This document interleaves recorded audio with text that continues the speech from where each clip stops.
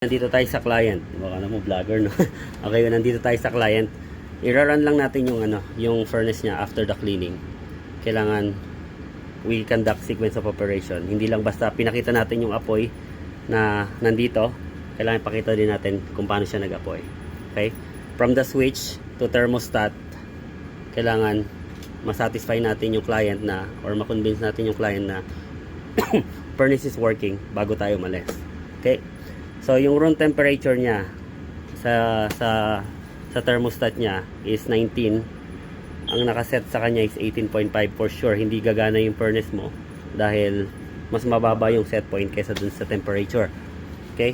Pag inangat natin yan, let's say 1 degree up, gagana yung furnace. Pero ang i-expect natin gagana bago natin i-approve yan is yung inducer.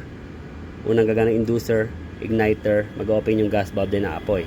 So yan, sinet na natin siya ng 20 as we expected.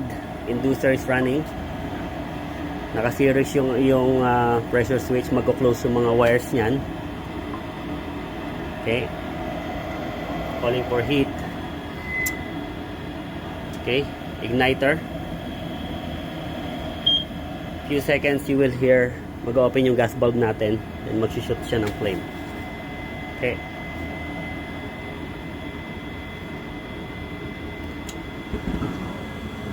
There you go. So, yung explanation ko nito, ito lang yung basic para kahit yung mga normal homeowner maintindihan nila.